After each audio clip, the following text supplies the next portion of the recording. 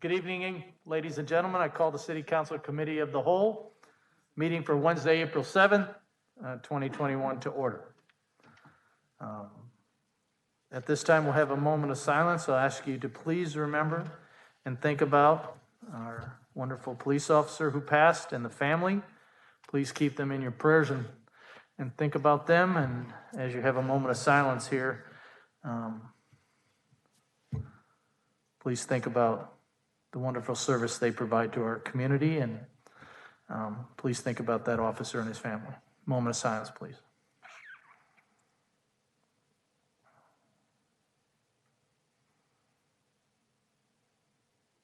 Thank you, everyone.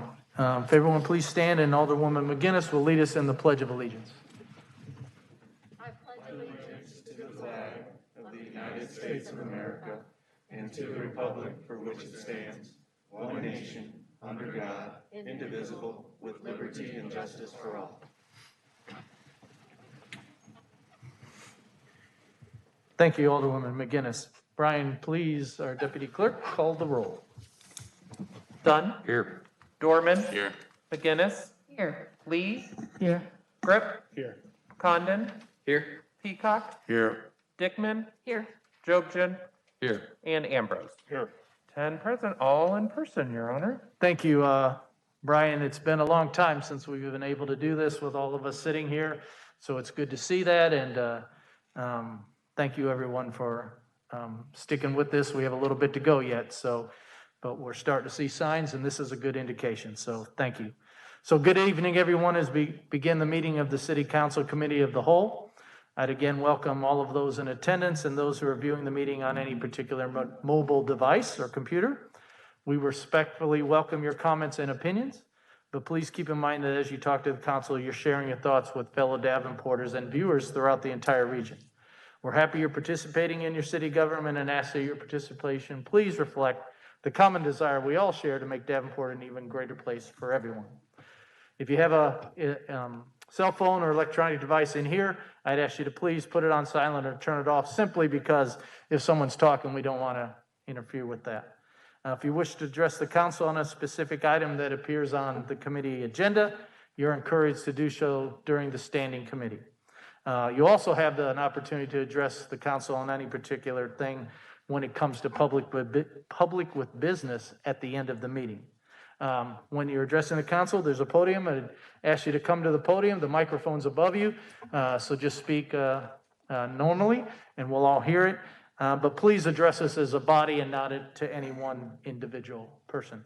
We ask that please keep your remarks to 5 minutes and be respectful. We'll be respectful of you. Thank you for your participation.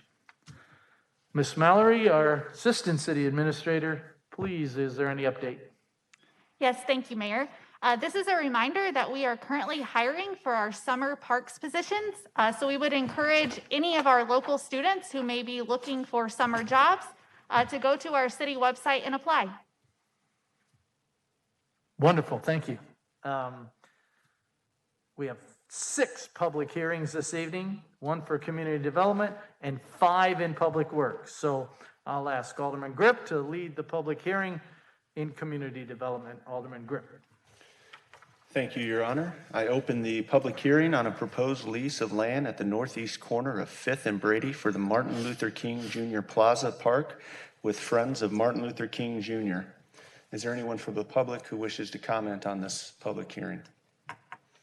So if anybody wants to comment again, please come up to the podium. Name, address, or ward. Love to know if you're not from here, where you're from. Greetings. My name is Charles Pearson. I'm from Waterloo, Iowa. A big fan of the project. Matter of fact, I was part of the project at MLK Drive. But one of my concerns is that when we started thinking about having a plaza or a park at that location, it had an African-American historical context to it. But also we was trying to pay tribute to Martin Luther King Jr. in his first visit to the to the Quad Cities. So what my concern is right now is we still might not have an African-American park developed in the city of Davenport, which is like long overdue. And so what my concern was, if that project is complete at the Martin Luther King Interpretive Center, is there any other locations that we could still possibly have a park that pays tribute to African Americans that's significant to the city.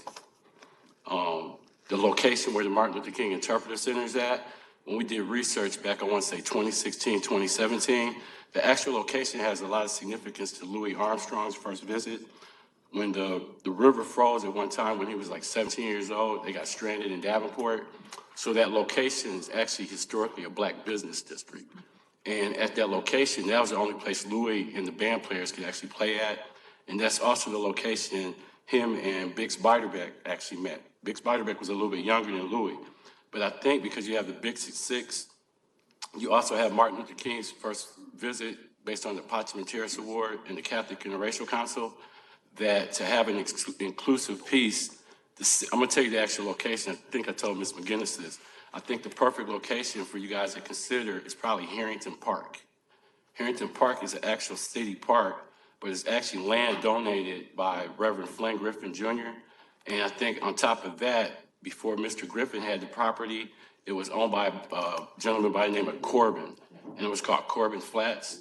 So I think instead of the city having to worry about looking for a different location to have the first city park, I think Harrington Park would be a great location to have the city of Davenport and probably Scott County's first African American park. Thanks.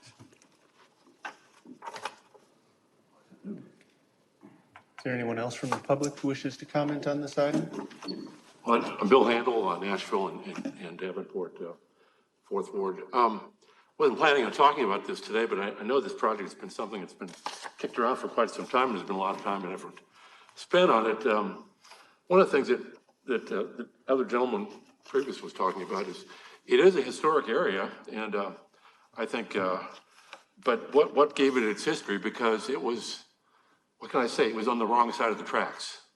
It was on north of the tracks on Fifth Street. It was not in the general, portion of the downtown that people were using. I mean, it was, the reason it was available was because it was not the prime real estate. And I think perhaps what we want to do is, that was something that was appropriate for the time, but perhaps what we want to do is honoring Martin Luther King, but give him a space that is appropriate to the whole city and everyone in the city of Davenport. I've been talking about this reimagining of Washington Square. I still think that's a good location, and I've given it some thought. I think perhaps the proper place to have a memorial to Martin Luther King would be in a reimagined Washington Square, in the historic square that Antoine Leclerc deeded to the city that in the 60s and was sold to the Y. I think we've got a good chance of reimagining and reinvigorating a new Washington Square. And I think it would be a good location right across the street from the German American Heritage Society. As a German American myself, Germans historically, they have been persecuted during World War I. They were registered as illegal aliens, as enemy aliens. So they constantly, the reason that many of the Germans came to the States was because they were freedom-loving and decided to leave Europe. And I think there's a kinship between the two. I think the location of Washington Square would be a much better place. We wouldn't have traffic whizzing by, and there's something people could actually use. Thanks.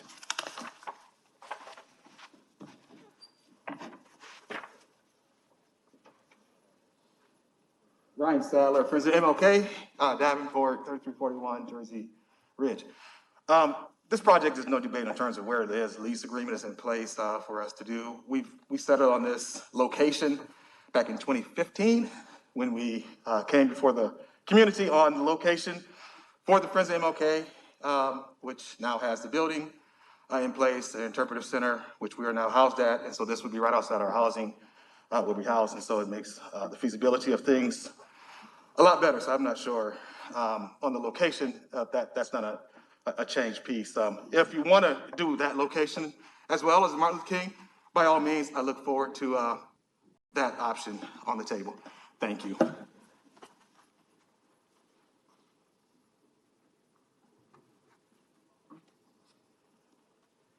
Hello, I'm Jane Duex. I live at 2111 East Lombard Street in Matt Dorman's ward. I was part of, back in 2015, 2016, the Friends of Martin Luther King task force, if you will, a group that were working on putting the interpretive center together. I remember being at a kickoff meeting with Mayor Bill Gluba at United Neighbors and meeting several times, in the NAACP office up at Third Missionary Baptist.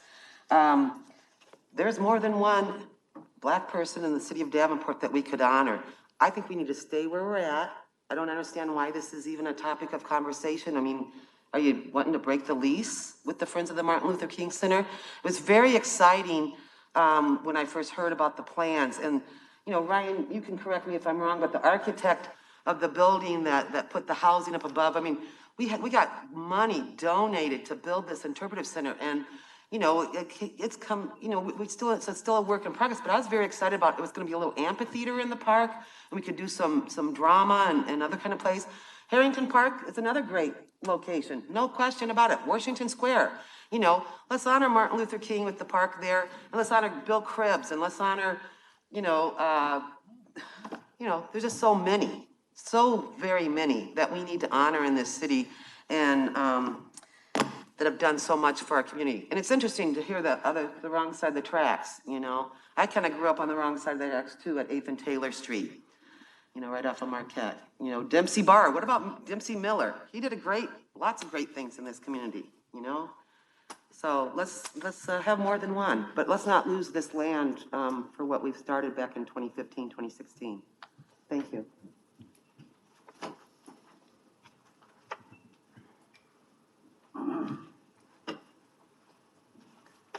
Hello, Kyle Carter, Executive Director, Downtown Davenport Partnership and Fifth Ward resident. I'd just like to reiterate that this design is spectacular. We've worked closely with the Friends of Martin Luther King and Ryan and many others to make sure that we arrived at this point where there was a big vision for this corner. It is part of the downtown master plan. It has been worked on since 2015. I know there's not any real debate about this location. I think what has been said today that is very important is that we have many other spaces to celebrate Black history as well throughout the Quad Cities and in downtown and in Davenport as a whole, and those should also be pursued. But what we have before us today is a very particular location and a very particular park and an effort that's been ongoing. We think it's spectacular.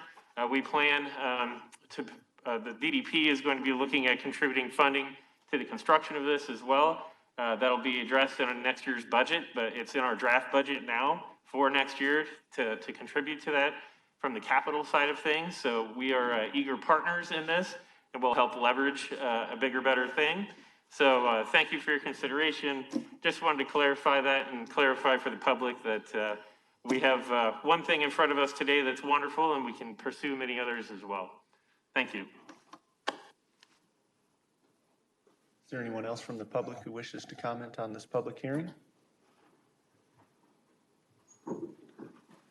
State your name and address or ward, please. Yeah, Pat Driscoll, Fifth Ward. I'm just here to make sure that my alley gets resurfaced, but I'm just remembering this is not germane. Well, what I'm here to talk about is germane. Which is, I just remember about 5 years ago when the ground was broken and then the ribbon was cut on this property.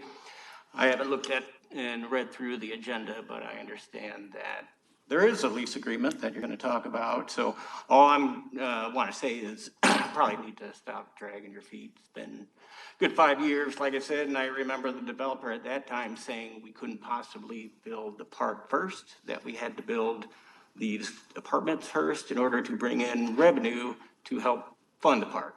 Like I said, I don't know if that developer is even still around, who they are, but just wanted to say, just get it done.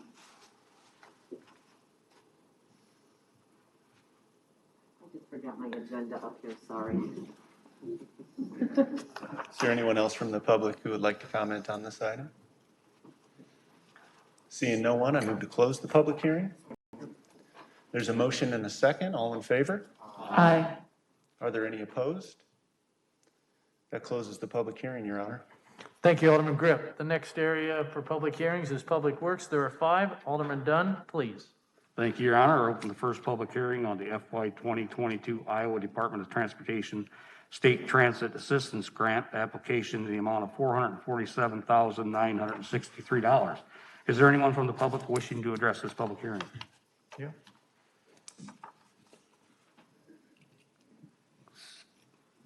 Seeing none, I move to close the public hearing. Second. All in favor? Aye.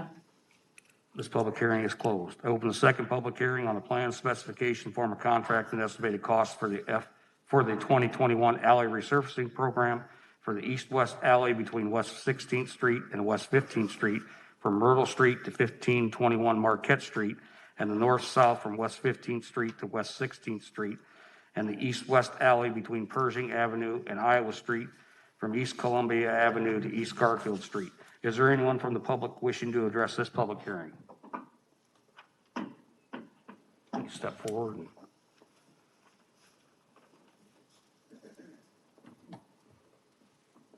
I understand that they want to surface the alley. Sir, please give your name, ward, or Oh, address. Richard Buckmaster, my address is 1212 West 15th Street. I understand they want to resurface the alley, and when they gave us the paper to sign, we had like 1,200 to whatever. Well, then one day they made a mistake and sent a paper to me for 5,000. I'm on a fixed income. I think that's a little high for me to do. You know, I mean, they've got a church next to me and people on the other side. I mean, I'm not trying to say that I don't want to participate, but I don't want to pay the whole entire thing for everybody else for that alley, for that area. So that's why I feel about it. I mean, I'm not saying I don't want to resurface, but I don't want to pay their portions of it. If they don't sign for it, I don't want to participate in it at all. If they don't want to participate, I want to, but if they're going to turn around and say that they're going to make mine 5 times higher than everybody else, I just don't think that's in fairness. But that's my issue. That's it. Otherwise, yeah, it does need resurface, but I'm not trying to be instigating anything, but I noticed my neighbors are paying like $1,100 a piece, and they hand me a paper I looked at, it was $5,000. I'm like, this is a little high for one person, you know. I mean, I wish somebody would look into that or have other people participate. Thank you for your comments. This will come up on our Public Works agenda, and then we'll have staff come up and address your issues. So Thank you. stick around. Thank you. You bet. Anyone else? Seeing none, I move to close the public hearing. Second. We have a motion and a second. All in favor, say aye. Aye. Any opposed, same sign. This public hearing is closed. Open the third public hearing on the plan, specification, form of contract, and estimated cost for the Marquette Street and West 12th Street reconstruction project. Is there anyone from the public wishing to address this public hearing? Seeing none, I move to close the public hearing. Second. We have a motion and a second. All in favor, say aye. Aye. Any opposed, same sign. This public hearing is closed. Open the fourth public hearing on the plan, specification, form of contract, and estimated cost for the West Lombard Street resurfacing project. Is there anyone from the public wishing to address this public hearing? Seeing none, I move to close the public hearing. Second. We have a motion and a second. All in favor, say aye. Aye. Any opposed, same sign. This public hearing is closed. And I open the fifth public hearing on the plan, specification, form of contract, and estimated cost for the downtown lighting power source project. Is there anyone from the public wishing to address this public hearing?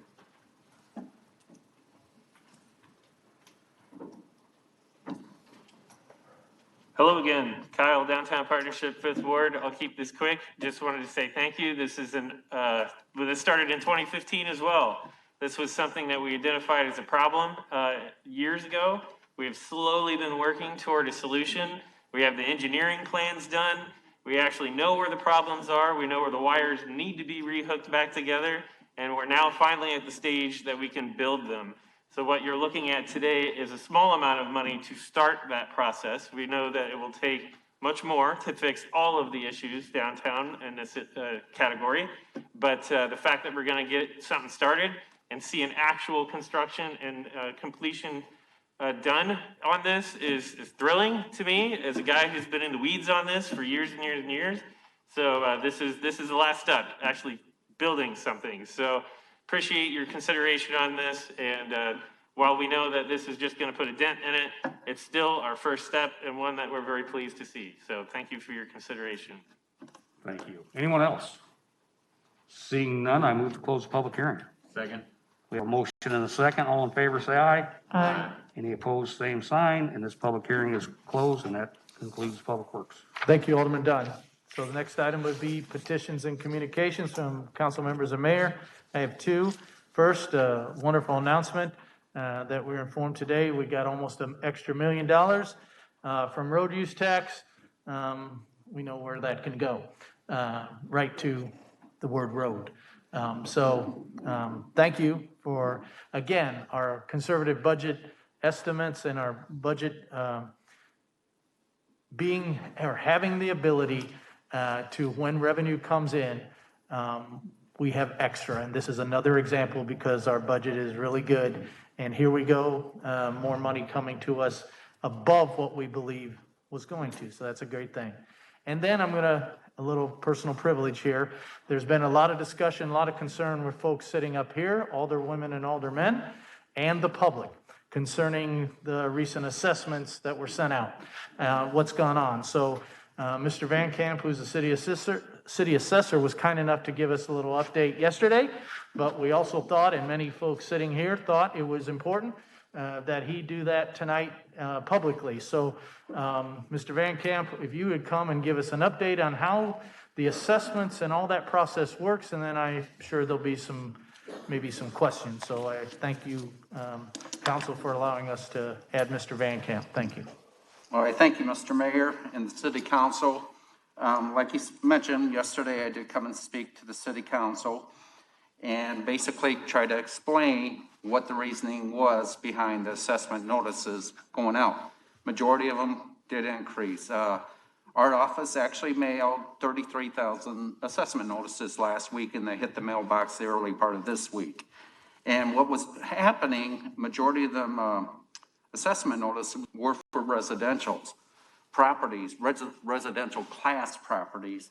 And what was happening, and not just here in Davenport, but nationwide and statewide and regional, is the housing market has really taken off.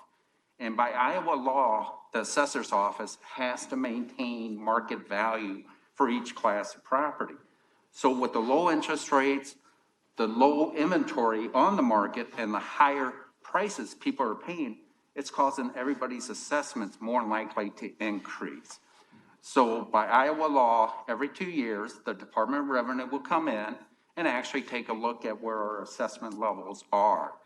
And when we looked at it, we tried to do it on an individual basis by neighborhood. But the department would have looked at and would have said that you guys are roughly about 9 to 10% below market value. And to become compliant, according to the Iowa Code 441, they would actually come in and increase everybody's assessment blanket, put a blanket on everybody's property, regardless of where they lived at, more than likely a 9 to 10% increase. What my office does, we actually look at the neighborhoods, and we actually have about 800 neighborhoods in the city of Davenport that we look at.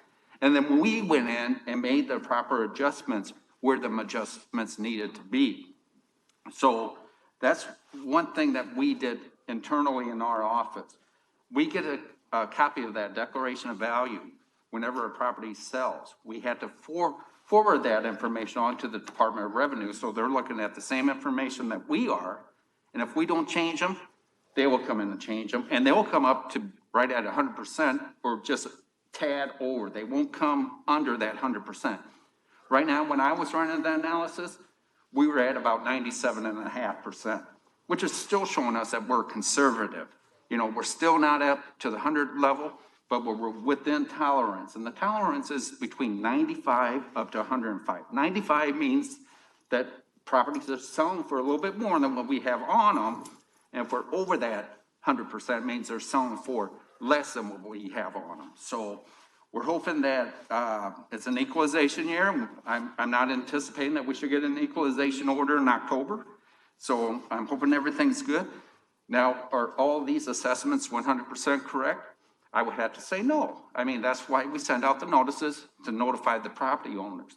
If you do have questions on your assessment, please call our office. We'll be more than happy to walk you through the process, take a look at your property, especially with the informal hearings going on now. We have from April 2nd through April 25th to change an assessment before you actually have to take it to the Board of Review. But if you don't want to go that route, you can automatically file a petition from April 2nd through April 30th with your local Board of Review, which you send a petition to my office. The Board of Review is a 5-member board. They don't work for the city assessor's office, and they actually will hear your appeal. So I would recommend you first call the office. We can sit down, we can walk you through the property, and we'll let you know how we arrived at it. And if you still feel that the property is overassessed, yes, then the next process is a Board of Review, and you can take your claim there. And it doesn't stop there. You can also appeal their decision to either the Property Assessment Appeal Board or District Court.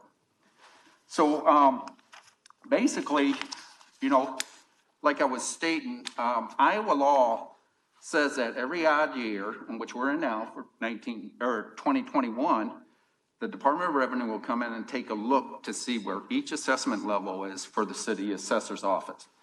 And if we're without that, or aren't in that range of tolerance, they will actually give an equalization order, either increase it or decrease it. So what is market value? Well, market value is basically what that property will sell for on the open market. You know, me selling to my brother, that's not an arm's length transaction, but me selling to a private individual that's fully aware of that property, what's going on, that is an arm's length transaction. And to kind of wind this down, the approaches that the assessor uses, the code says, Iowa code says that we shall use sales comparables when looking at properties. Sometimes you can't look at your sales comparables, but on residential, more than likely you're gonna find sales comparables. So the code says sales comparable. The assessor's office uses a cost approach, which we have to use according to the Department of Revenue, but we back our figures looking at the sales that are occurring in the jurisdiction. And then sometimes we'll look at the income, but that's normally on apartment buildings, hotels, motels, and retail. So if anybody has any questions, feel free to ask me, or I can stick around to after the meeting. I'll be more than happy to answer them. Thank you, Mr. Van Camp. So I'm going to, again, change slightly and let the folks here on this dais ask you some questions now, so it's fresh in your head and everybody else's. So one thing I'll just say is I think it's very important to continue to have a city assessor. There are some folks that don't believe we should have that, but having someone on the ground that actually looks at and lives here and understands our different neighborhoods and what goes on, I think is very important. So I thank you for that. So I see multiple folks would like to ask questions or make comments. So Alderwoman Lee's first. Alderwoman Lee. That was for another, I had my Okay, call so are button for another. you, if I see your light on, assume. I'm a happy lady. Roger that, thank you. Okay, I see Alderman Grip. Thank you, Your Honor. Mr. Van Camp, thank you for coming and giving us a presentation on this. Obviously, this is something that is affecting a lot of people in the city of Davenport. I got my assessment yesterday, and my assessment did go up a pretty good percentage, I think 6%. But I think it's within your 95 to 105. If I look at it, could I sell my house for what you assessed it at? I think I could sell it for a little bit more. So I think that's fair. I'm also a little bit younger, and I'm not planning on selling, and I can pay the extra. But the folks that I'm really concerned about are the elderly, folks who are on a fixed income because they're retired. And when their assessment goes up 6 to 15%, from what I've heard from some folks, it makes it very difficult to make up that extra. And then also low and median income folks, and then anybody who's been impacted by COVID. So part of this question might be for Bruce, but do we have programs for people on a fixed income that you can point them to? There is the elderly tax credit that's handled through the Scott County Treasurer's Office. You have to meet the requirements. Okay. And just because we have an increase going on, like I was saying, this wasn't just isolated to Davenport. This went across statewide. More than likely, there's called a rollback, and I think we're all familiar with what the rollback is. Right now, it's around 56% for the 20 assessment. More than likely for the 21, I wouldn't be surprised if it goes down to 50% around that area. So about 6% of that increase more than likely won't be taxed. But I mean, that's up to the state because they have to compile everything and just see where the state average is because the growth can only grow so much. Great. That was actually my next question Yes. for you, if there was talk at the state of doing something Yes. to alleviate that. So that is good news, and hopefully they'll take some action on that. So I guess, where's Bruce, do we still have some of the CARES Act money for housing and people who were struggling anyways, and, the assessment doesn't help out with that is still available, that if we have folks who are calling us, we can point them in your direction? Bruce Berger, Community and Economic Development. There's two probably opportunities for people, and we can submit some more info. We've got some of it, I think, out on the web. Both of them are actually fairly new, and one came through the federal government, and it's through Community Action of Eastern Iowa. And so there are the local agency, the funds flow through the state, and they're the administrator, and they work with legal aid. So people can call Community Action, and then we are using some of our CDBG CARES Act money through Salvation Army. And so they are the entity that is administering the Davenport and, in fact, Moline funds as well. They're the same agency that's doing CARES Act funding for that. So you have two opportunities, Salvation Army and Community Action. Okay. Those are my questions. Thank you for your time. Thank you, Alderman Grip. Alderman Peacock.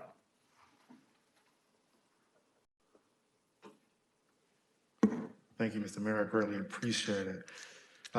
First and foremost, like I told you yesterday, thank you for coming and giving a presentation. And it's not my first time as we dealt with assessing people property.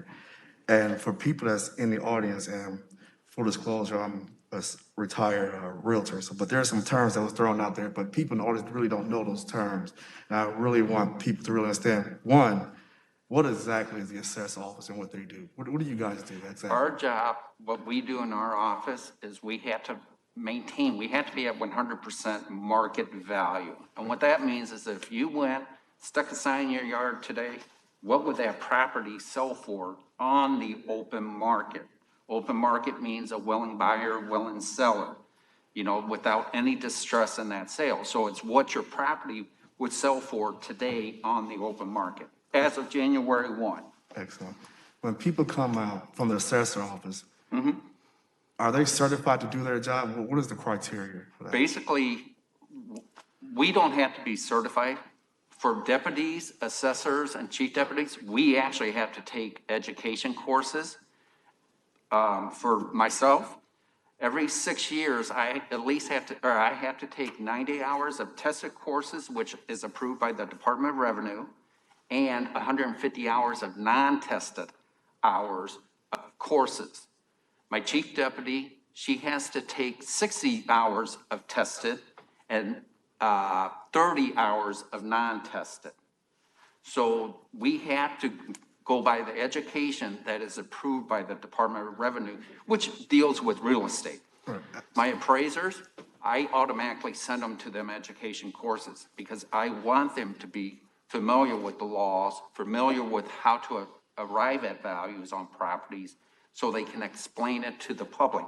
We have 41,000 parcels in the city of Davenport, and just two of us right now wouldn't be able to handle the workload. So that's why I think it's important for ourselves and my staff to be educated.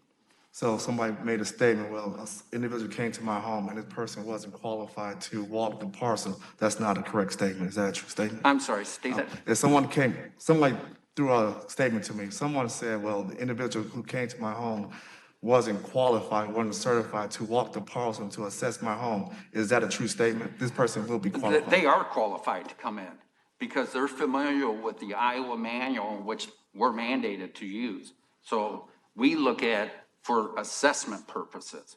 Now, we don't look for code. We don't know the code, if anybody's in code violation. We go by what the use is on that property, according to the Iowa code. That's all I have. Thank you, Alderman Peacock. Alderwoman McGinnis. Thank you. Thank you for coming tonight, Mr. Van Camp. Do you have any idea when they might look at, when the state might know what the rollback is? I'm gonna, and this Just a is guess, so- just a guess from past, I'm gonna say probably in October. Normally, the new levy rates will come out around the July, August timeframe, and then the rollback normally comes out around that October timeframe. Due to the fact, if you get an equalization order, I believe they have to be out by August 15th to the assessor's office. So there's a time process for that, you know. So if somebody goes in, if they say we're gonna give this jurisdiction a 15% increase, they can actually appeal it and they may adjust it to a different level. So just for clarification for the public, the tax bills that come in September will not reflect this new. No, It will be the ones this that will be- start in March of Right, next year? that will be, Okay. the tax. Because then they'll have the rollback. Right. And I didn't mean to interrupt. The tax bill that will be due in September of this year, March of next year, is based off the 2020 assessment. Right, okay. Thank you very much. Thank you. Anyone else? So I'll say thank you, Mr. Van Camp, for your time, both yesterday and today, to come and keep us informed and keep the public informed, because I think it's important. Like Alderman Peacock said, the more information we can put out and more information we can share with the public is important, because there are a lot of people talking about a lot of this. As Alderman Grip said, I also got mine 2 days ago and it significantly went up, but at least I understand the process of how it got there. But the public, if you didn't hear, there is a process to deal with this, and I would encourage anyone who's concerned to please call the assessor's office.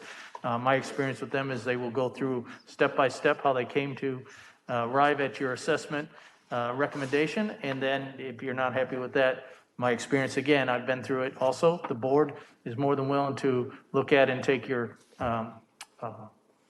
argument, so to speak, and look at that in a fair way. So I appreciate your time. Thank you for coming. Well, thank you, Mr. Mayor, for inviting me in City Council. Roger that. Okay, other items for communications from council. Alderwoman Lee. Thank you very much. It'll take me a while to figure out how to use the system up here again, because I've been out at the table for so long. So thank you for your patience. Nope, one more. There you go. Got it. Okay. I don't want anyone to think, just because I finally decided to come back to the dais, that there is no more problem with COVID-19. The hospitalizations are still high on both sides of the river, according to Trinity and Genesis. They're increasing for the hospitalizations, including critical illness related to COVID. We've got variants that are affecting younger people now. And the Scott County 7-day positivity rate is almost 13%, up from 5% 2 weeks ago. So we still have issues with COVID. We still need to continue to take the actions to protect ourselves and to protect others.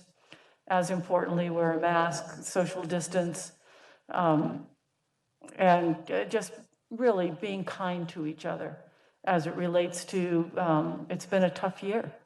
And people may be traumatized about going back out in crowds. And I know I have some challenges with that, because it's been a year. So I just ask everyone to be kind to each other and take care of yourselves and take care of each other. I also want to say I've got an 8th Ward meeting coming up. Tiffany Thorndike is going to be talking about all the marvelous information that's on the website, as well as contacting the city. She has very good information to share.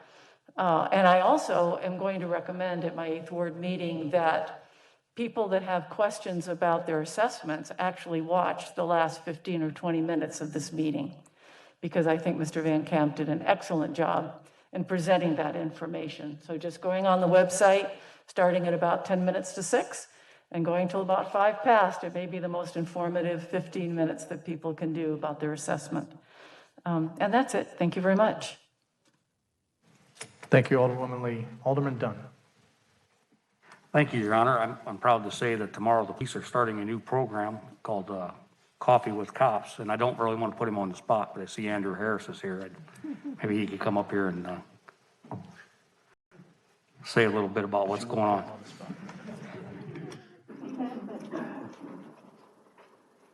Thank you, Alderman Dunn. Starting tomorrow, we have a new partnership with Hy-Vee, and Hy-Vee has 5 grocery stores in Davenport.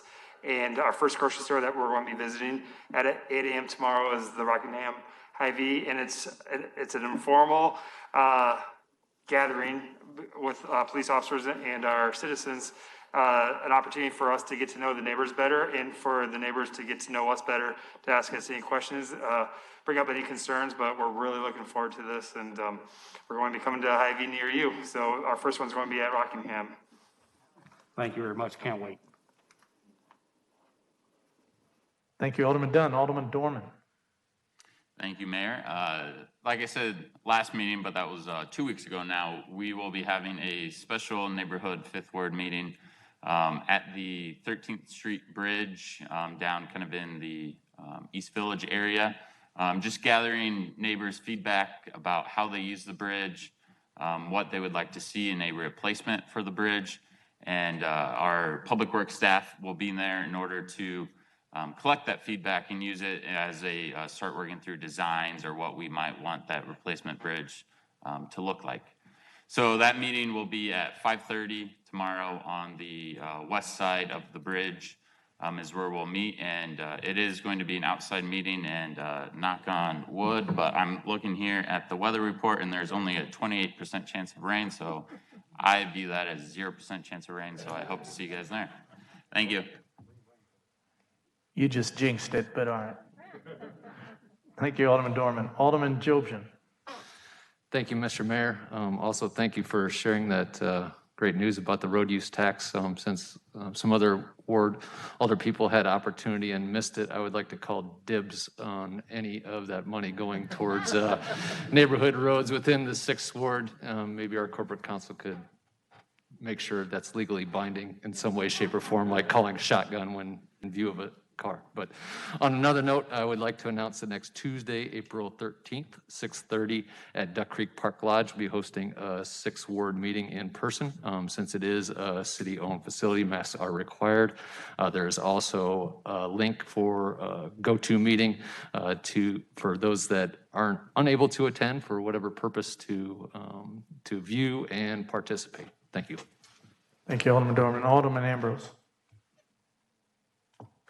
Thank you, Your Honor. First off, I want to say we lost in the 4th Ward in the city of Davenport a long-time businessman and anchor of the 4th Ward, Matt Dittmer, this week. And I also want to welcome Alderwoman Reed Dickman back to the council chamber. We missed you. And I want to have the alderman or the police officer stay with decaf when he's at his coffee and greet. Thanks, Andrew. Thank you, Alderman Ambrose. Alderman Peacock. Thank you, Mr. Mayor. I greatly appreciate this opportunity. Since everybody's saying when their ward meetings are, I know I put it out last time, but I will say my last ward meeting as alderman of the 7th Ward will be April 15th, 6:30 here in council chambers. Once again, here, 6:30, April 15th in council chambers. There are some happens in the 7th Ward, and a lot of people still talking about the Brady corridor noise, and as well as motorcycle going up and down Harrison and the Brady corridor.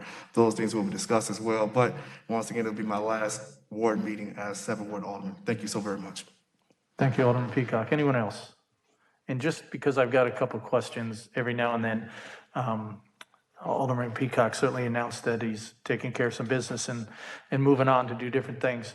I am still talking with folks about seeing if someone would be interested to fill in temporarily until the next election. So if there's someone in the 7th Ward that is still interested, I'm still willing to take those conversations and then find someone to present to the council if someone's interested in doing that.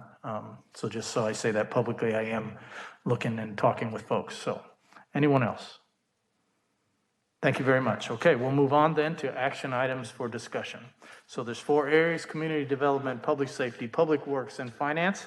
The first area to be discussed is community development. Alderman Grip will lead this discussion with Alderwoman Lee. Alderman Grip. Thank you, Your Honor.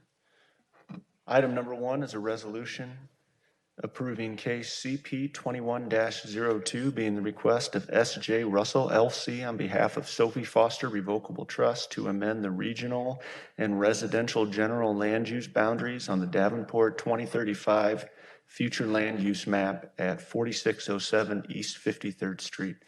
Is there anyone from the public who wishes to comment on this item? Anyone from the council? Seeing no one, this item will move on. Item number 2 is a resolution setting a public hearing concerning the proposed conveyance of vacated public right-of-ways located in the vacated Island View subdivision, Ward 1. Is there anyone from the public who's here to comment on this item? Anyone from the council?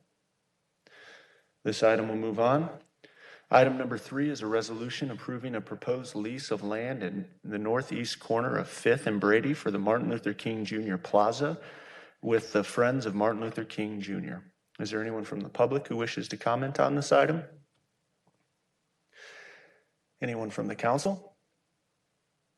All right. Seeing no one, I will comment on this. So I have spoke out publicly in support of this project, and looking forward to the Friends of MLKJ doing the fundraising for this. And I'm very supportive of helping you out in that regards. And I know we already have some of our community funding donors who, like the Downtown Partnership, who have said they want to be a part of it. And I would call on all of our funding partners to help get this done and get it done in this, get it funded in this year so that we can enjoy this park. As the gentleman said earlier, that's been in the works for at least 6 years. And we'd love to, not at this BIX, but the following BIX, have a great park there as we run up the hill together. So looking forward to it. Mayor Mattson.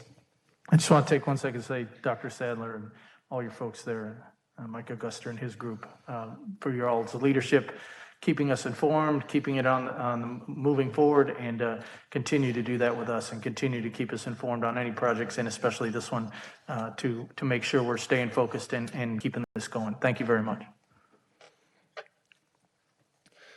All right. Item number 4 is a resolution of support for the city's application to the state's Community Catalyst Building Redemption Grant Program for 1600 Harrison Street. Is there anyone from the public who wishes to comment on this item? Anyone from the council? Seeing no one, this item moves on, and I would ask Alderwoman Lee to please set the agenda. Thank you, Chair Grip. I move that items 1 through 4 be placed on the consent agenda. There's a motion and a second. All in favor? Aye. Are there any opposed? That concludes community development this evening, Your Honor. Thank you, Alderman Grip. The next area is public safety. Alderman Ambrose will lead the discussion with Alderman Jobson. Alderman Ambrose. Thank you, Your Honor. The first item for discussion is the first consideration ordinance amending Schedule 7 of Chapter 10.96 entitled No Parking by adding East 56th Street along both sides from Utica Ridge Road east to the city limits. Anybody from the public? Council? Number 2 is a resolution approving street, lane, or public ground closures on the listed dates and time to hold outdoor events. The first one is Michelle Russell, The Heights of the Era, Lindsay Park, 2200 East 11th Street, Saturday, July 24th, 2021, 6 a.m. to 11 p.m. Closure is River Street between McClellan Boulevard and East 11th Street, East 11th Street between River Street and Jersey Ridge Road. Anybody from the public? Council? The second one is the Quad City River Bandits Race to Home 5K, Saturday, August 21st, 2021, 8:30 a.m. to 10 a.m. Closure is 8:30 a.m. to 9:15 a.m. 2nd Street from Western Avenue to Gaines, Central Bridge, 8:30 a.m., 9:30 a.m., easternmost northbound lane on the Centennial Bridge, 8 or 9 a.m. to 10 a.m., Riverfront Trail from the Arsenal Bridge to the modern Woodland Park. This is broke down in sections. Anybody from the public? Council? Number 3 is a motion approving noise variance request for events on the listed dates and times. J&M Displays Incorporated, fireworks after the Quad City River Bandits games, Modern Woodland Park, 209 South Gain Street, various dates, May through September 2021. Over 50 dBA. Anybody from the public? Council? Alderman Dunn. Thank you, Alderman Ambrose. Could we reach out to the folks and make sure that they clean up the mess after the fireworks? Thank you. I know a lot of the kids will be anxious to watch the fireworks, saying they were canceled so many times last year. The next one is the Figge Art Museum, Art at Heart Gates, Figge Plaza, 225 West 2nd Street, Saturday, June 26, 2021, 3 p.m. to 11 p.m. Outdoor music over 50 dBA. Anybody from the public? Council? The project of the Quad Cities Red Ribbon Gala, Lindsay Park, 2200 East 11th Street, Saturday, June 26, 2020, 5 p.m. to 11 p.m. Outdoor music over 50 dBA. Anybody from the public? And council? Michelle Russell, The Heights of the Yarra, Lindsay Park, 2200 East 11th Street, Saturday, July 24th, 2021, 12 p.m. to 10:30 p.m. Outdoor music over 50 dBA. Anybody from the public? Council? Sacred Heart Church, 10-year anniversary, 2822 Eastern Avenue, Annie Whitmire, Friday, August 13th, 2021, 6 p.m. to 10 p.m. and Saturday or Sunday, August 15th, 2021, 9:30 a.m. to 12:30 p.m. Outdoor music over 50 dBA. From the public, the council.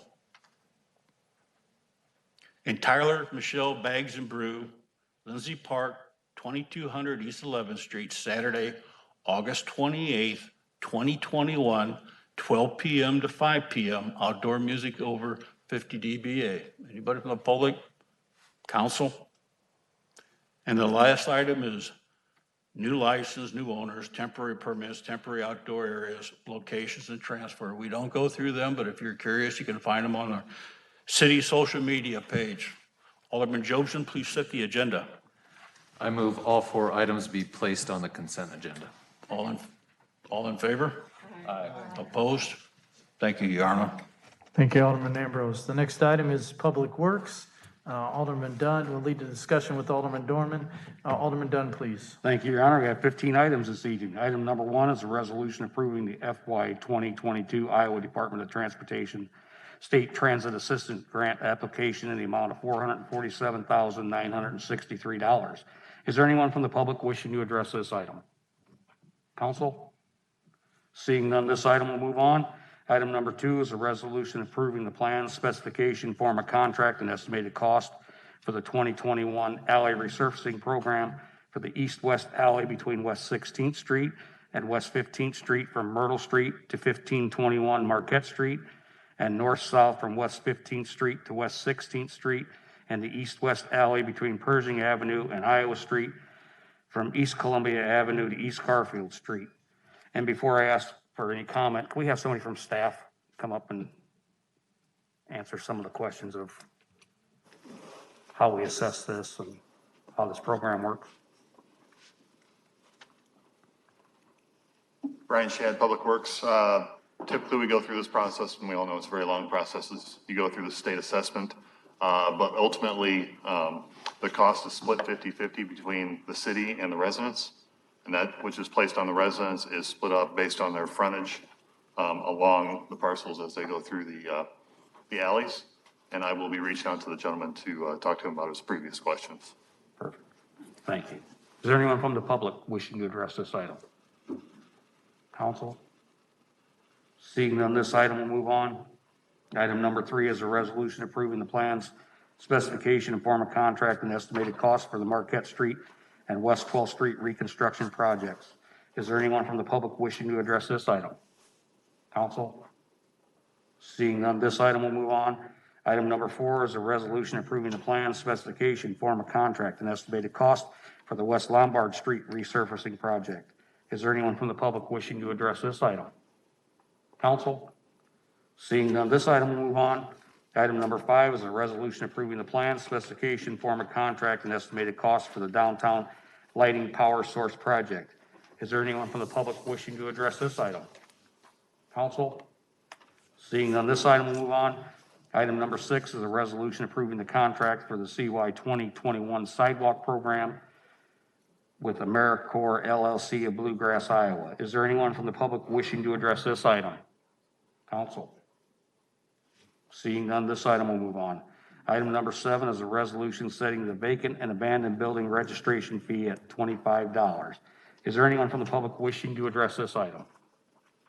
Council? Alderwoman McGinnis. Thank you, Alderman Grip. Yeah, I believe if someone could Public Works, Nicole, could you help us do that and just talk a little bit about this, the genesis of this and where it's been and what we're doing now, so everybody understands. I know people worry about vacant and abandoned properties in our city. Yep, Nicole Gleason, Public Works. So as we discussed yesterday, this was really an add-on to the updates we did to our nuisance and property owner ordinances several years ago. And the intent really is for the city to have a good handle on what truly is vacant and abandoned versus what's maybe temporarily vacant or still being maintained. So that when we look to 657A and other means to acquire properties and help turn properties over and keep neighborhoods revitalized, this is just another tool for us.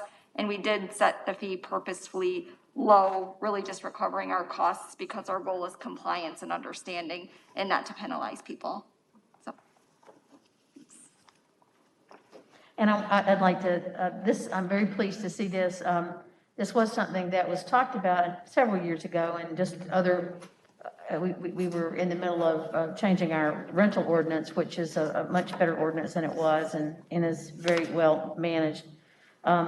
Dubuque was one of the models for this. They have been doing this for a number of years as well. A lot of cities across the country after the mortgage crisis particularly saw massive numbers of vacant properties. We haven't seen that, but we do have several hundred, and they certainly don't help our neighborhoods. And so this is a way of our being able to, keep up with what's there. Perhaps it will encourage people who have them just sitting there to see, gee, maybe I'll do something with this, maybe I'll sell this and someone can, live in it again. I'm really, really happy we've moved to this next step in what we're trying to do with in our core neighborhoods. So thank you. Thank you, Alderwoman McGinnis. Anyone else? Seeing none, this item will move on. Item number 8 is a resolution approving the contract for the purchase of hot mix asphalt 2021 construction season from Tri-City Blacktop Incorporated of Bettendorf, Iowa. Is there anyone from the public wishing to address this item? Council? Seeing none, this item will move on. Item number 9 is a resolution accepting work completed under the Main Street Landing Lighting and Electrical Project by Shaw Electric of Davenport, Iowa. The project was completed with a final contract amount of $314,923.97. Is there anyone from the public wishing to address this item? Council? Seeing none, this item will move on. Item number 10 is a resolution approving the contract for the overhaul of the Caterpillar generator engine number 2 at the Water Pollution Control Plant with Altorfer Incorporated of Davenport, Iowa in the amount of $110,615. Is there anyone from the public wishing to address this item? Council? Seeing none, this item will move on. Item number 11 is a resolution approving the contract subject to approval by the Iowa DNR for the gray water conversion project of the Water Pollution Control Plant with J.L. Brady of Moline, Illinois in the amount of $210,000. Is there anyone from the public wishing to address this item? Council? Seeing none, this item will move on.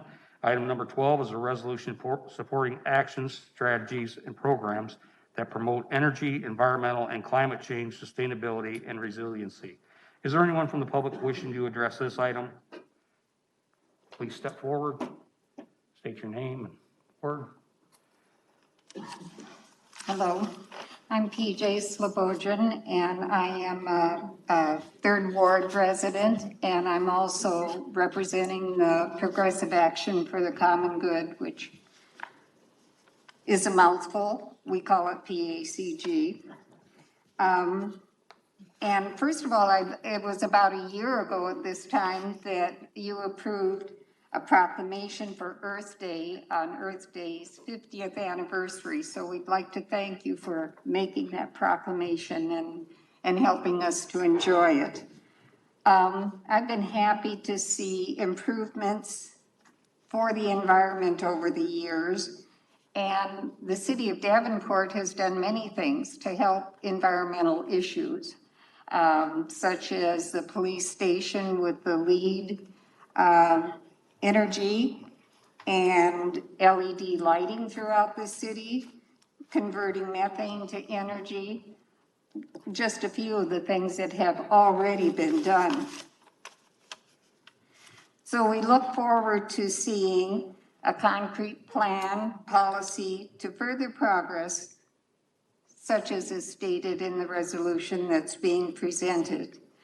As you know, there's a huge variety of things to do, both simple and complex, complicated, many having initial costs, which I think you will find out that is money saving in future years, a very important thing for our city.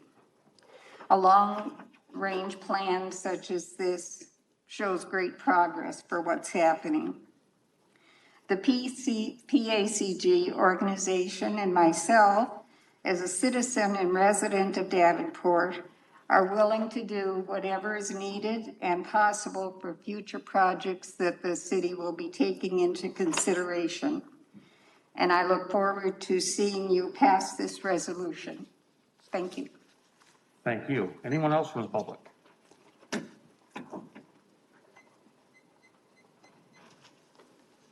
Good evening. My name's Lori McCullum, and I'm actually from Rock Island right now.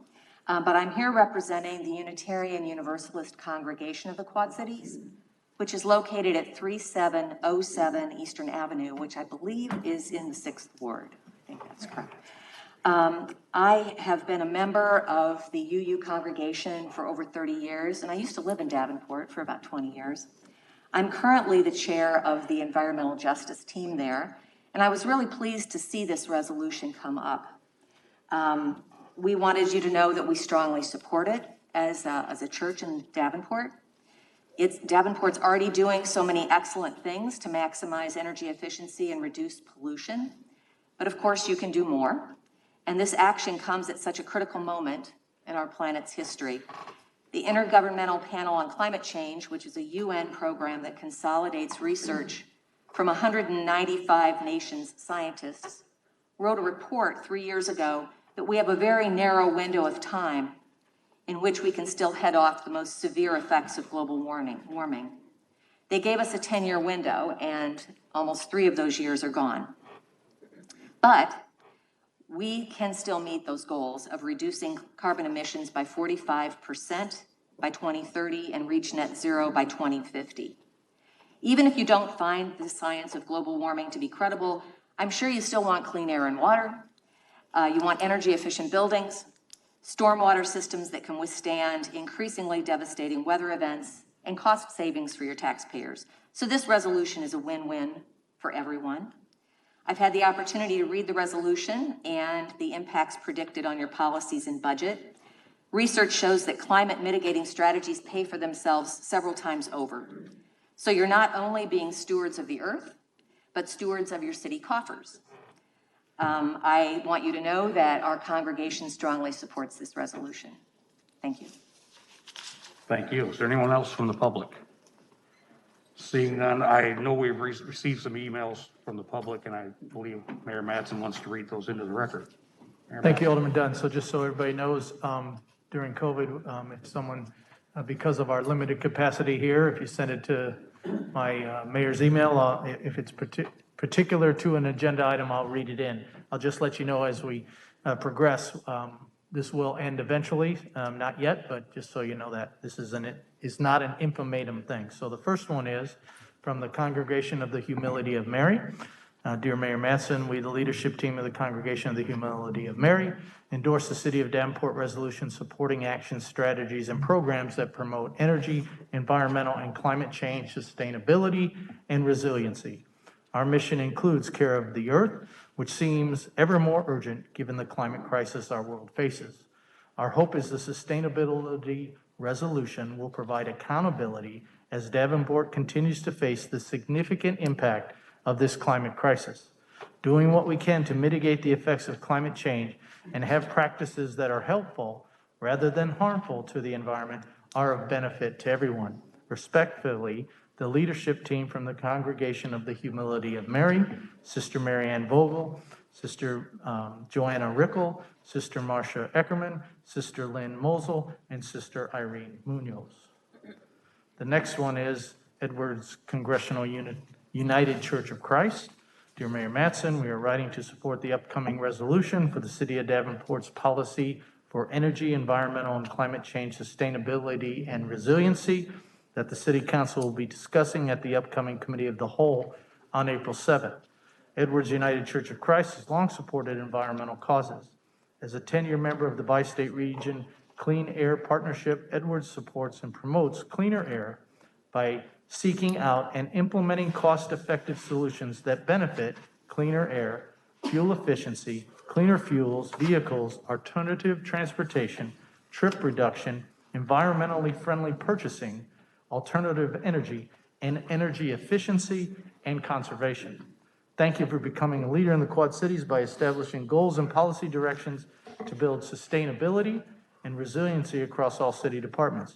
Hopefully, your leadership in the Quad Cities will help our neighbors consider similar policies. Sincerely, Julie Henke, Edwards Social Justice Board Chair, and Pastor Lisa Gaston, Edwards United Church of Christ.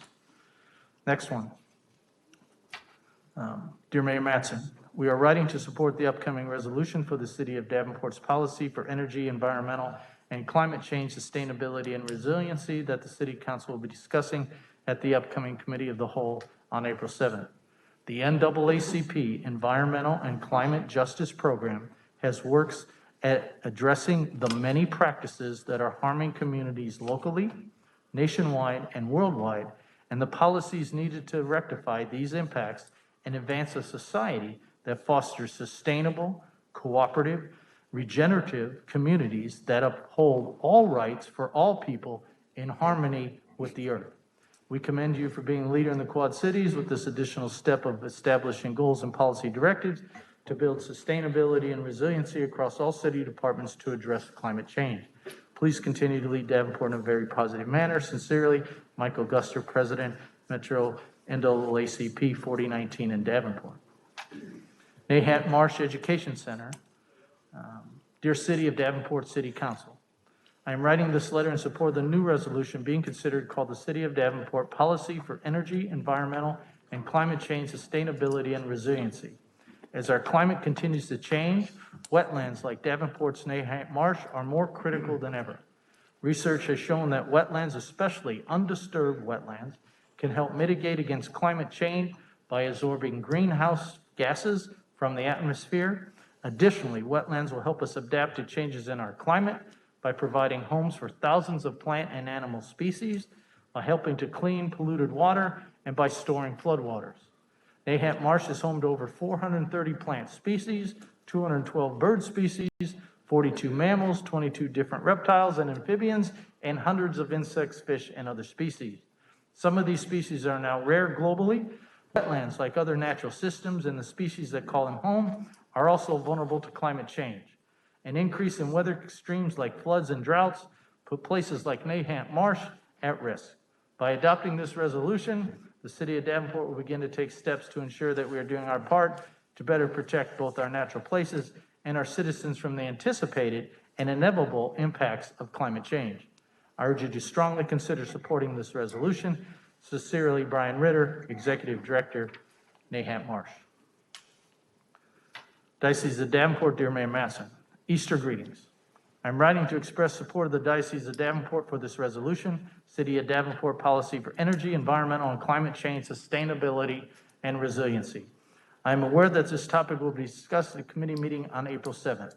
The diocese would like its support of the resolution to be part of the community comments that are noted at the meeting. In 2015, Pope Francis published the encyclical on care for our common home.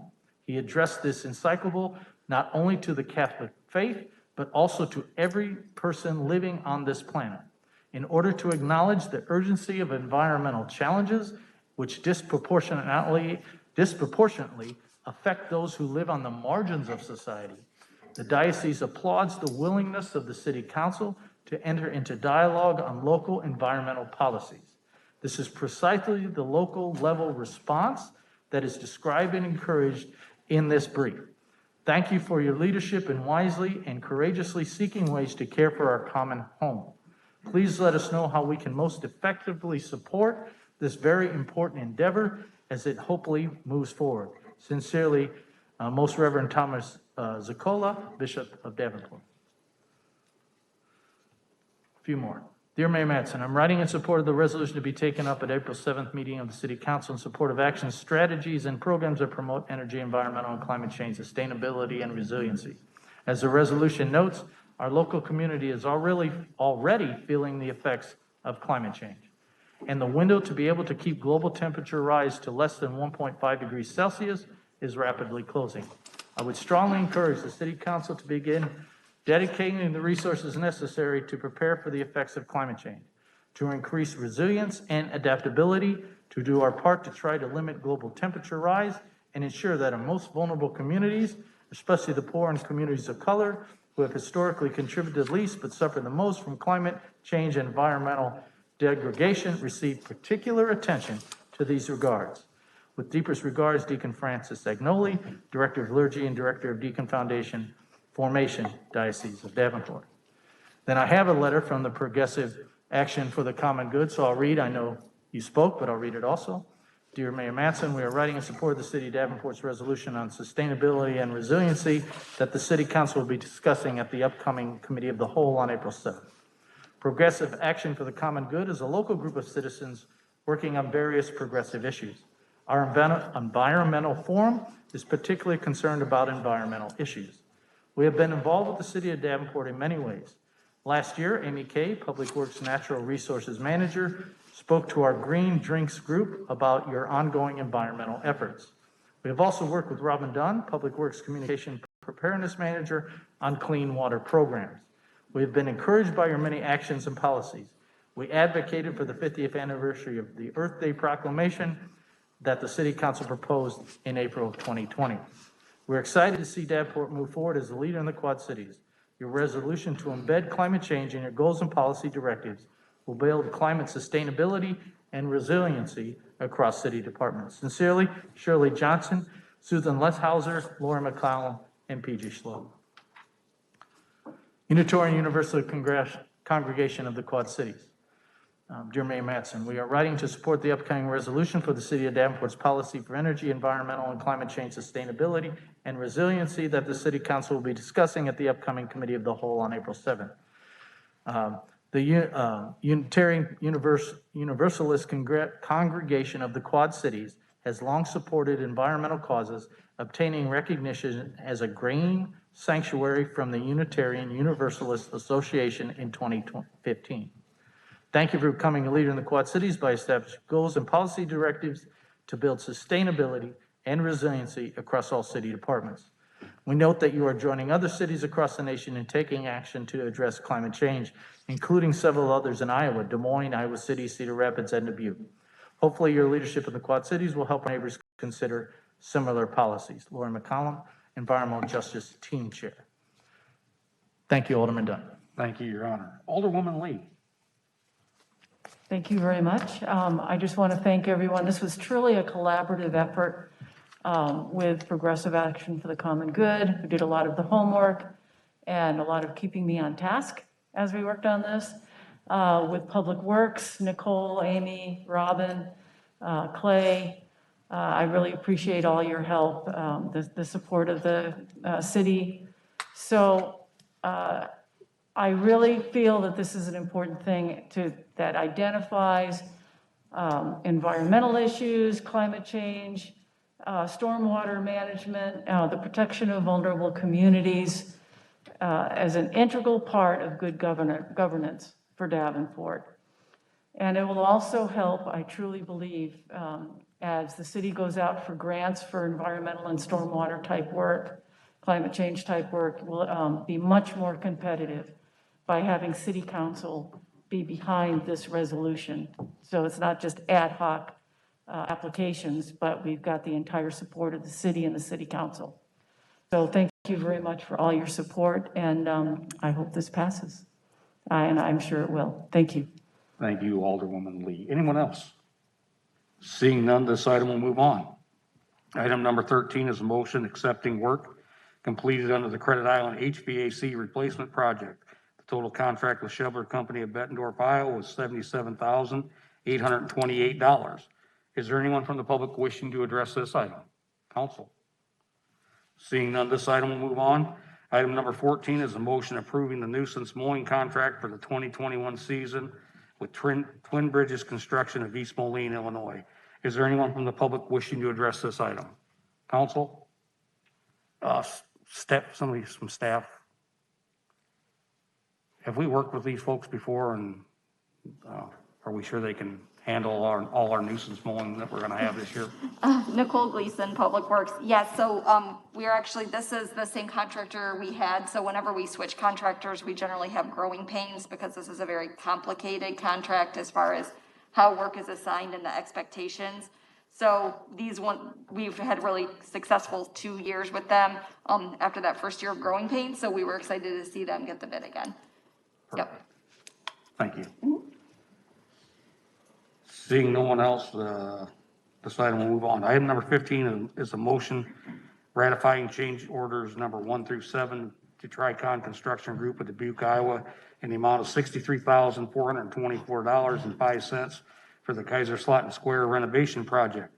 Is there anyone from the public wishing to address this item? Council? Alderman Ambrose. Chairman Dunn, not this item, because you've done, as usual, an outstanding job with your agenda. But what I want to bring up is on Tuesday, April 20th, the City Council will have a work session reviewing our longtime alley policy. I know the condition of our alleys and how they're maintained has a big impact to a lot of neighborhood and businesses. I think it's important we get that message out, and if people have some concerns about their alleys, how it impacts their lives, their businesses, they should contact the alderman and the mayor. Thanks. Thank you, Alderman Ambrose. Is there anyone from the public wishing to address this item, Council? Seeing none, this item will move on. Alderman Dorman, would you set the agenda, please? I move to place all items on the consent agenda. We have a motion and a second. All in favor, say aye. Aye. Any opposed, same sign. And that sets Public Works for this evening. Thank you, Alderman Dunn. Last item for discussion tonight is finance. Alderman Condon will lead, and Alderman Peacock will assist. Alderman Condon. Thank you, Your Honor. There's 2 items on finance this evening. Item number 1 is a resolution setting a public hearing to amend the fiscal year 2021 operating and capital improvement budgets. Is there anyone from the public wishing to address this item? Council? All right, that item will move on. And the second item, it's a little late for the 7th inning stretch, but we could use it probably. Motion approving the 2021 amended stadium lease agreement with Main Street, Iowa LLC for the use of Modern Woodman Park to conduct or host baseball and special events. Is there anyone from the public wishing to address this item? Please state your name and address or ward, please. Yes, sir. Good evening. I'm Ken Crokin. I live in the 6th Ward, and I'm here tonight on behalf of the River Bandits ownership group to thank the council and especially Mayor Mattson for his personal involvement in resolving the very complicated issues that are involved in this lease.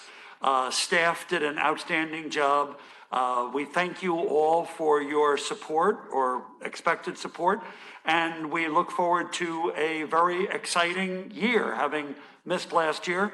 Opening day is May 10th, go Bandits.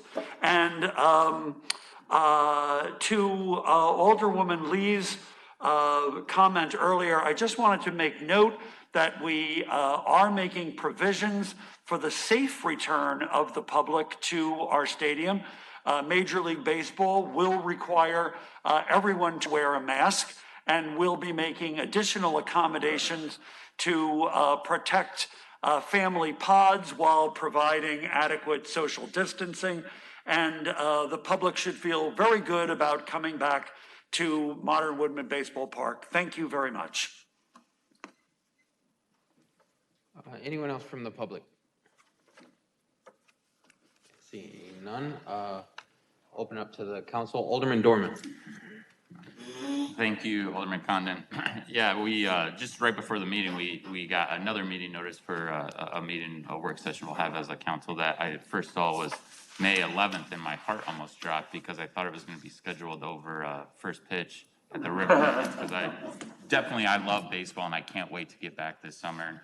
I also just want to echo Ken's comments that I want to thank everyone for finding this agreement and this partnership between the city and the River Bandits that we can again play professional baseball here in the Quad Cities. If you think about some of the history points of especially John O'Donnell Stadium, now Modern Woodman Stadium, on our riverfront and the impact it's had on our community. If you think back to the early 90s when we had our flood and all the pictures of the ballpark, again, completely underwater, to then the more modern pictures where the flood mitigation happened around it, and now it was the viral picture of us playing baseball on an island because it was surrounded by floodwaters. There's a lot of history tied to the Quad Cities with the River Bandits, and it's one that I'm proud of, and I'm glad we have, and I'm glad we can continue to see it here. I would hate to see professional baseball leave the Quad Cities and leave our riverfront. It's so important to, as we saw minor league baseball contract, to see that we're still one of those premier Midwest cities that gets a minor league affiliated professional baseball team. And I'm really glad of that, and I'm hoping we can continue to see that partnership and continue to see professional baseball here in not only Davenport, but also the Quad Cities. Mayor Mattson. So thank you, Alderman Condon. So I also want to thank the leadership team and the ownership team of the River Bandits, Mr. Crokin, Mr. Smith, and certainly the primary owner, Mr. Heller. The whole goal of this was to ensure baseball stays, to ensure the Modern Woodman Park is a viable and wonderful stadium, as we all know have been recognized by national organizations, and to ensure our facility is a state-of-the-art place that we all love. I appreciate and thank you for the wonderful conversations, though some of them were challenging, but the whole goal on both sides was to ensure baseball stays, and that's what we've done with this agreement. I thank you very much for your participation, your enthusiasm, and I am so glad that this is finally on the agenda. Thank you. Alderwoman McGinnis. Yeah, I know this has been long discussions between the weather, between COVID and Major League Baseball. Certainly, you've been throwing some curveballs in the past few years. So a challenge for the city, a challenge for your organization, but I'm really glad to see us come to this point, and I'm excited about the season to come. So thank you so much. Alderman Grip. Thank you, Alderman Condon. The landscape of minor league baseball has been wild the last few years, and to be honest, we a little bit of luck, but also a long-time commitment from the city of Davenport and a good ownership group allowed us to not only keep a team, but also advance in a level of play and also get one of the really good baseball organizations in the Kansas City Royals. So it is nice to have a 10-year commitment, and we have to remember that cities do this differently. Some cities wait for their asset to decay over 20 or 30 years and then borrow tens of millions of dollars to build a new stadium. And in that model, you run the risk of losing your affiliation and them going to cities with bigger wallets. And the model we've taken is back in 2003, we renovated a historic ballpark, and you could hardly say it was a renovation. It was essentially a new build. And then we put in a significant investment every year, but you do that investment over time so that the product doesn't degrade. And the point of it is the product hasn't degraded since 2003. The ballpark has gotten better. The asset is worth more today than it did in 2003. And it put us in a position in an uncertain minor league baseball climate to maintain a team and actually make some improvements. And so very happy to see professional baseball continuing in Davenport and on the Mississippi River. Thank you. Alderman Dunn. Thank you, Alderman Condon. This is a major investment that the city's putting up. We're putting up quite a bit of money to maintain this place and put in new things.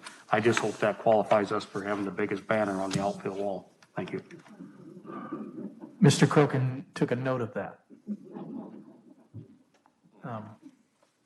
Yeah, so seeing no one else, that item will move on. Below these two items, we have purchases from $10,000 to $50,000. We don't read those each individually, but they're listed here for your information. Alderman Peacock, would you please set the agenda? I move to place all items on the consent agenda. Second. There's a motion and a second. All in favor? Aye. All opposed?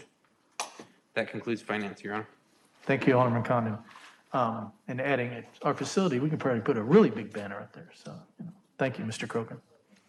All right, next item is, are there any other ordinances, resolutions, or motions? There are none for this evening. Is there any other public with business concerning something not on the agenda? Mr. Handler, yes. With your permission? I assumed you were coming. Sure. Welcome, everyone. Well done. Glad to see everyone here at the meeting all together. Hopefully we're at the beginning of the, maybe it's the beginning of the end of COVID, let's hope. So a couple things I wanted to talk about. I'll talk about the riverfront, but Just for the record, Mr. Handel, I apologize. Just tell us who you are. Oh, I'm Bill Handel, Nashville, Tennessee, and 4th Ward in Davenport. A couple things I wanted to talk about, Mr. Crokin, before he leaves. I talked to Dave Heller a couple of years ago, and I just recently talked to, before council, I talked about having a statue of our great mascot, the River Bandits. Again, it's a perfect location, and I don't know why it's something we can't do even this year to create a monument, a statue of our mascot. I think everyone would love it. It's the crowning touch to the west side of our ballpark. And I think Dave Heller would like to see something like that. I talked to him in the past. Maybe something could be worked out between the city and the River Bandits management. Anyway, the other thing about the Martin Luther King, honoring him and African-American contribution to our city, I will say it's probably a very good step to have that at that location and coordinating it with a center. And I agree with the speaker before that we need to actually, that's the first step. Perhaps other places can be, can provide a honoring of people from our African-American citizens. The idea about Bix Beiderbecke meeting Louis Armstrong, I had forgotten about that. On Facebook, I saw someone from Pittsburgh who tore this page out of his elementary school band book. And it shows Bix Beiderbecke meeting Louis Armstrong on our historic Davenport riverfront. Armstrong is a little bit older. Bix is probably about maybe 10 or 11. He just started learning how to play the trumpet, and he's captivated by what he saw. That meeting and the Mississippi River bringing jazz, the American, art form that without which we would not be America, is, I think it's essential. And I think perhaps that event can be recreated with some kind of a sculpture, or perhaps some kind of a appropriate monument for that happening on what I hope is a rebirth of our Davenport riverfront, our seawall, our brick beach between Main Street and Perry Street, the historic one. And so in the very amount of time that I've got, I don't think I've been able to present to everyone this plan because a lot of folks have been gone. We've got 5 or 6 parks in downtown Davenport. We've got Heritage Park, we've got Bechtel Plaza, we've got LeClaire Park, we've got Lafayette Square, and we've actually Modern Woodman Park. And they're great in and of themselves, but there needs to be something to tie them all together. If we can integrate them, amplify them, unify them, I think they'd be much greater. And so what I'm showing is a green belt to tie all that together in this L-shaped area that I've got. And I think in the centerpiece is a monumental fountain facing south so that it gets sunlight during the day. At night, it can be lit, becomes a centerpiece of our city just next to the door to our sky bridge. Something I can't really describe in 5 minutes. I'm going to be sending council members bits and pieces of it over the next 6 or 8 weeks, and perhaps at some point we can talk about perhaps getting it on equal footing of the plan that the chamber had put together so that the citizens of Davenport can choose. Thanks so much. Thank you, Mr. Hanna. Anyone else? Is anyone, are you getting up, ma'am? Yes, is this a good time? This is the only time. If you have something to say other than an agenda item, this would be the time. So please come here and, Mr. Handel, if you'd do us a favor and put that Yes, my podium. name is Marilyn Lehman. There you go, ma'am. Just stand up so the microphone's right there. There you go. Oh, okay. Now, please, thank you. My name is Marilyn Lehman. I live at 1724 East 31st Street. I'm in Ward 7. I'm here today to discuss or let you know how your friends and neighbors are viewing this tax assessment that we got blindsided with. First off, we all have to live within our means, whether we are retired or otherwise. To get this kind of notification, my taxes did not go up 7%, 10%, 15%. My tax assessment went up 19.85% in 1 year, $28,300. I was dumbfounded when I opened that assessment. There were, and I recognize, Marion, your name on the Nextdoor app. The neighbors got on there. Everybody is just scared, angry, not knowing what to do, not knowing where to go. This was not handled very well. I just got to be frank with you. When you're talking about market value, my house has actually gone up $33,000 within 2 years of my buying that house. That's outlandish. And not only that, but when I did call the assessor's office, I was told that my house was being compared to a house that is in a totally separate section of East 31st Street. There's an affluent area that used to be cut off. The East 31st Street dead-ended, and the city opted to open that up so it would go on through. And these houses are in the 200, 250 range. My house and the houses in my area are roughly, well, like I said, when I bought it, my house was valued at $137,000. They are now trying to increase this value to $170,000. You're talking about the elderly assistance program that the city's got, $58. I qualified because I am retired. I am living off of my Social Security. I got $58 off of my taxes last year. My gross amount of taxes was $32.19. The net amount by the time of my homestead and the elderly took it down to $29.50. The bottom line is, we're looking at what are we getting for these funds.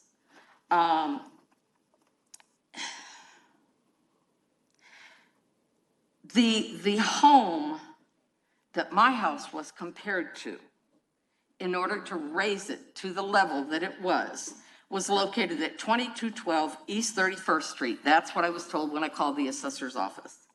That home used to be owned by a doctor. It has an indoor-outdoor swimming pool, heated pool. Gentlemen, I welcome any of you to come to my home, and if you find a pool, it's gonna be because there's a puddle as a result of a rainstorm. This just, no. The question that kept coming up is on the website is, if they are raising this so dramatically in 1 year, there were some people that got hit with $35,000 increases, but it wasn't across the board. Some people were saying, well, mine only went up $7,000 or $8,000.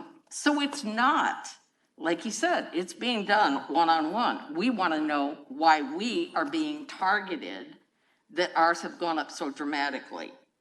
In the year that I bought my home, I bought it for $144,000. The assessor attempted to raise it. That is the market value. When you buy something, that establishes the market value. Yet the assessor's office disregarded what was in the records having to do with what I purchased that home for, and they attempted to increase it to $144,000, or $148,000, I'm sorry.